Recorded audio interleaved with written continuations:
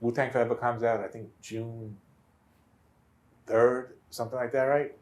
And we scan, I think it was 684, say 700,000, right? Monster. Right? And that's a double album. So that's 1/4.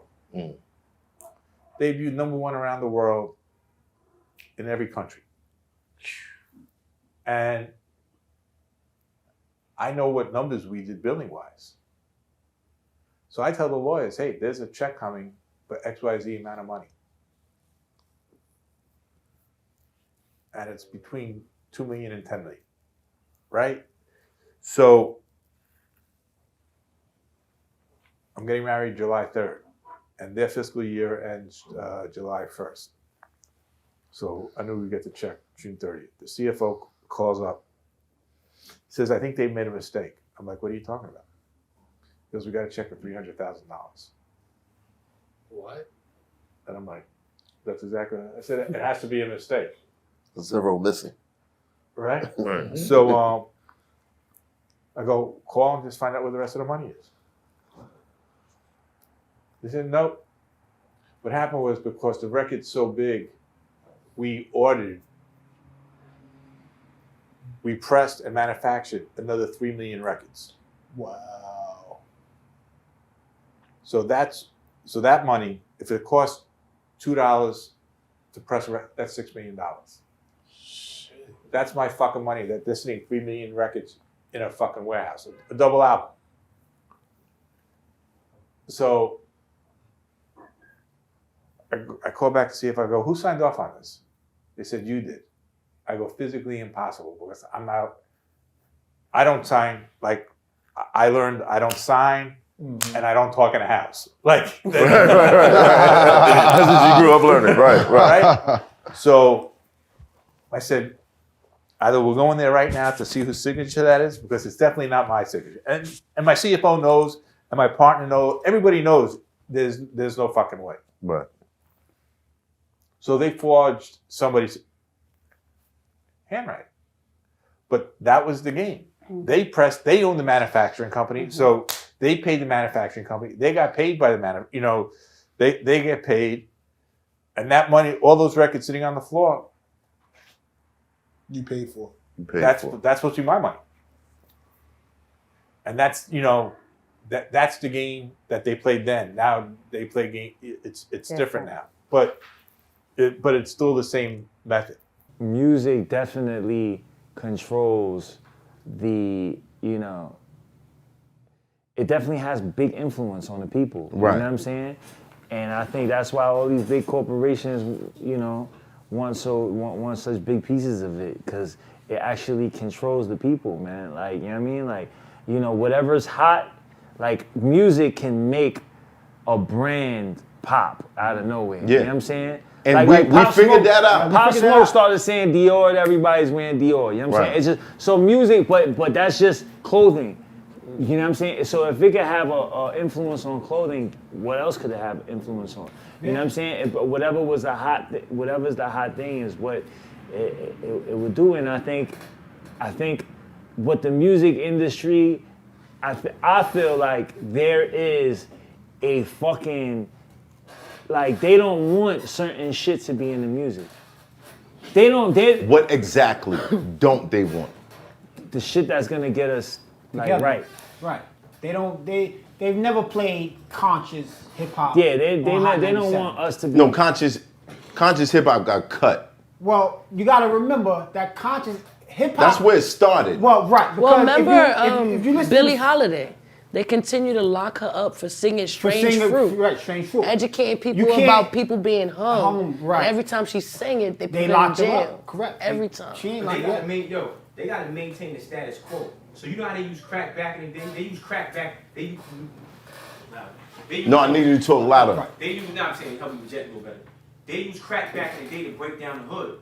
Right. You know what I mean? To break down our communities. Right. So now they realize everything gets, advanced and evolves. So music is the new crack that breaks down the communities, and they use music as a way to maintain the status quo and push a certain agenda. Well, right? So hold on, let me say the last point. Because if you got black males emasculated, right? The Well- key, emasculation, black male emasculation limits us from taking our proper positions, right? Right. Correct. Us growing. Right. So we're not talking about America is not a place.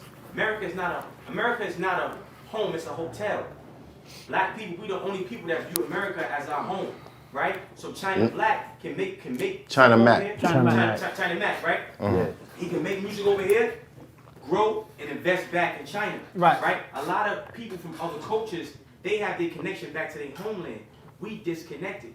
Right? So music is a way to maintain the status quo. We can't ignore, fraternities, people selling their soul, doing weird shit. When you're dealing with business people, they in their mind and they motto, it's a million rappers out here. Yeah. I could take anybody, any black boy that walk in that, have lyrical ability, and I could make him a Q-Tip. I can make him a Jay-Z. I can make him this. If you walk, let me finish. No, let me finish. In their minds, Let me they're finish.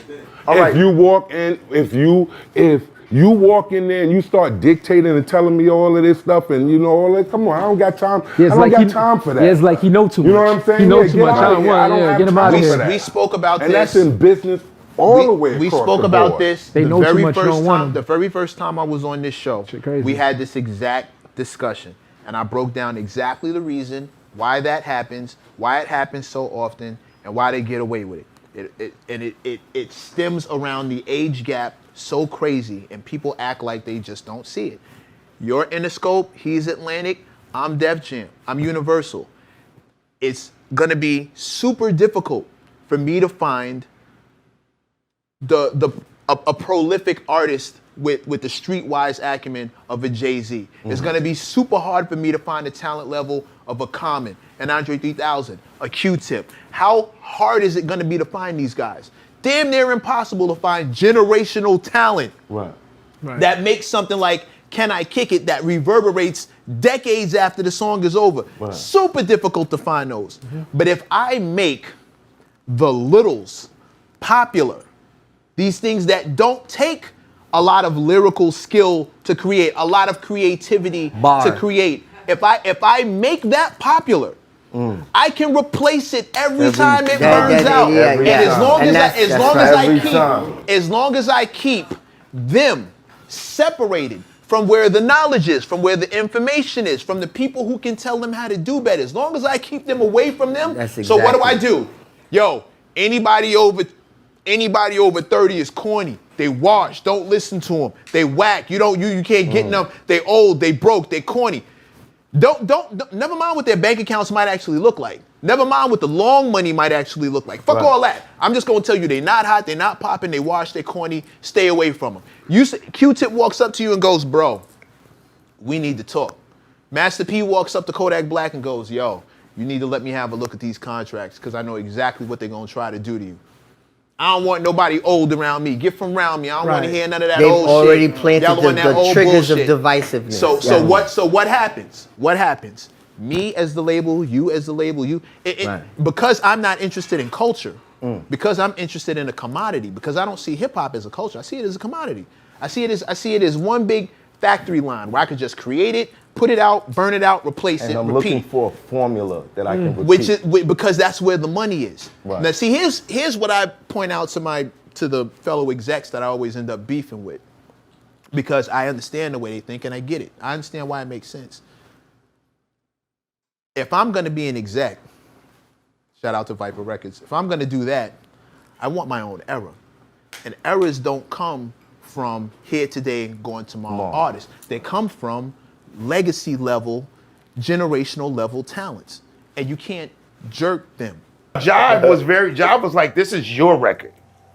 Like, this is your record. You guys own more of this record. Like, in principle, we didn't own any of it because he bought it all out. Right. He paid all out. He didn't want no publishing. We didn't own our publishing anyway. So what the fuck we want publishing on a record that we're not going to get paid for any fucking way. We had sold our publishing when we signed for 50 grand. That's a whole other, other thing. Yes, that's a whole other thing.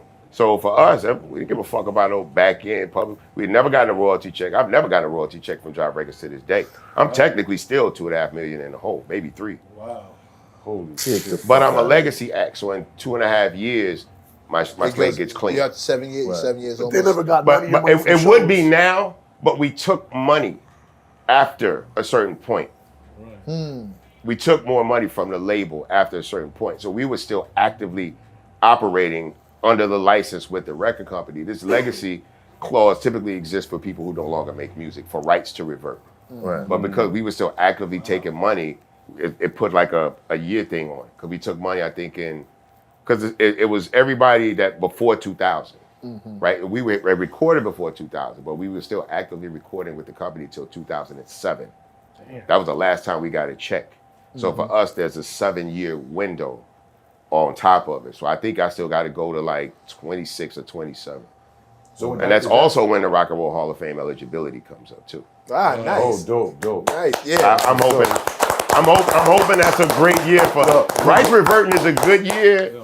Just being nominated, induction, I'm not sure, but just being nominated. Congratulations ahead of time. Thank you. Is that why y'all dropped the double album in 07? No, we dropped the double album because again, this was Pimp coming home from prison, and we just Okay. put together so much music because we hadn't recorded together in almost 5 years. Gotcha. So we just went in and just recorded, and the more we did, the better it started to sound, and it became more and more cohesive. And it was just like, man, we got to. All this shit got to go on. Like, we got to put a lot of this shit on the album, man. And we wanted to give people a lot of music from UGK because they had been waiting for a long time to hear music from UGK. So we just tried to hit them over the head with as much of that shit as we could give them. And that album debuted #1 on the Billboard 200. Wow. Yeah, that was a big album. And he passed right after. International Players Anthem and all that. They got a record with Talib Kweli on there.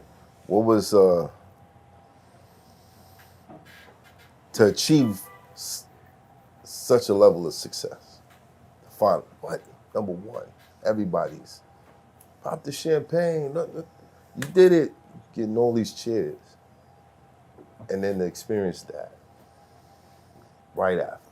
It made it sweeter, quite frankly, because he had gotten the admiration that his talent deserved. He got his flowers. Yes, again, having created, because again, this is all Pimp. Like the direction, like Pimp is producing the majority of the music. If he's not producing it, he's co-producing it with people. He's mixing every record. He's mastering everything. I come in, lay my verse, I bounce. You know what I'm saying? He lives and breathes all of that shit. And we didn't get like full control of how our music was presented until Riding Dirty. When samples didn't clear contractually, they didn't even have to contact us. In our contract, they had the right to reproduce our music if the sample we presented didn't clear. So when I got the final version of my album, there were 3 songs I had never heard in my life. You know, they gonna get as much out of you as they can before they discard you. It's like a juice box. Every little, for real. I'm interested to see what they do with like an Ice Spice or you know, a lot of these the newer ones that's coming in. I'm interested to see what the industry does with them. You feel me? What it's gonna turn into. Yeah. Being from the Bay Because like they don't, Mm-hmm. it's almost like they don't understand that it's a life. Like once it becomes a product, it's like you know, like it's a life. This a life. Because the label itself will start to sink them if they feel like there's another Hell prospect that they could fill that slot with, and they got a better situation on them. Or we got a Naturally, bigger the percentage. store gonna put the SKUs in the front that sell the most. Right. You know, and they gonna all that other shit. Some shit just go all the way to the back of the warehouse until the nigga come ask if they got it. You feel me? Stay hot. But and that's your job. But you know what? They'll start to place around that product the things that they get for the low that they can make the biggest flip on. And eventually, once that thing becomes popular enough, they phase out the shit that cost them too much money. Mm-hmm. That's business 101. Yeah. I told you, the culture of business is to make the best deal possible That's for you. life 101 too. Right. Right? That's life 101. Like as you grow, you start to phase out the things that's like the company growing this way. This is where we going and this ain't in alignment. And so it's like it's natural. Only thing is like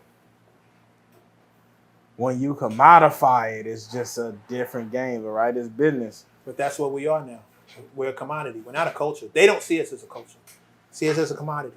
Right. What happens with a commodity when something gets old, burnt out? You replace it. There's no culture. You just replace it. Life ain't start with the industry. It started as life. You know what I'm saying? So like, life things start happening. Like nigga get cooler and shit. Like start rationing. Like I was screaming on lawyers, accountants, and shit like that. They're like, listen, we're gonna have to send you your paperwork back, you know, and shit like that. Like I was like the fairy tale, like a street nigga from like, you know, in hip hop. And I knew our rules. So it's like, nah, this shit blend that, we good. Like, you know, they knew marketing and all of that, but I knew what the flavor, like the intricate seasonings that needed to be for what we gonna sell. Right. Yeah, so, but you learn, like my man Harry O say, I mentioned earlier, man, he was like, yo, it's show business, man. Like, when you messing with that, if you wanna do business the way you wanna do it, then do the whole shit yourself. When you're working with these other people, you're gonna have to do something in accordance to what, because you're working alongside, you know, and you're gonna have to rely on their expertise. Right. You know, because they up. They might, you know, so I learned a lot. I learned a lot from all of that, man. And I'm good now. And it's beautiful because now I'm in control of my own motion. And so I could do it like how I want to. If I don't feel like, you know, in the DJ shit like that element came. My man Lytro from Tribe, he was in the Bugging Out video with the eyes in the shit. He wanted to do shit with the eyes and the Bugging Out shit. Right. He's like, yo, Paul, man, yo, you DJ, right? I was like, hell yeah, man. It's like 06 or something like that. It's like, yo, come through, man. Start DJing and shit. Then that shit just took fire. Cause you know, that was an original recipe thing that I did right there. So it was nothing. Like, but in the industry, it'd be blockage. So, you know, it ain't like around the way where it'd be like, yo, you nice, like, yo, I'm, you know, nigga get tired after a while and shit. It's just me. Like, yo, you all right? Yo, come on, get on. Right. It ain't like that in the industry. Niggas just have blockages, just be me. Right. And that's it. Run this into the ground. That's it. Right. You know, could have been some love shown. Like, I always was in, I came up in the industry like, yo, I ain't gonna be no sucker nigga in this industry shit. Like, cause I seen sucker shit go down where it was like, damn, you could have just gave that man that platform for a second and shit, and you don't know what wonders would have happened in that man's life because that, like, you know, it's just because niggas was like on some sucker shit, like, it was just like, this shit's weak. So I started learning that. Just a big learning experience, man, you know, through the industry, man. Compliments to the music industry. Right. Now, this is a beautiful thing because nowadays you don't see too many OGs, like, helping the young brothers out. There's like a huge disconnect, especially in hip hop, with like the drill artists and the boom bappers and all that. Like there's no connection. Yeah. Why do you think that is? I think that, I mean, me personally, I think that that's to keep the younger generation misinformed. Mm-hmm. You know, when I came into the industry, I had cats like Jalil from Houdini, Rick James, Barry White, you know, that I'm talking to, and they giving me game. They telling me how this music business work, what to look out for, you know, what not to do, and things of that nature. Right. You know, then after me, you know, I mean, I sat down in Unique Studios with Nas, you know what I'm saying, giving them game. Took Jay-Z on the road with me, you know what I'm saying, before he made records, you know. Shaheem from Wu-Tang, took him on the road, you know, ODB. You know, stuff like that. Yeah, ODB, you know, giving them game.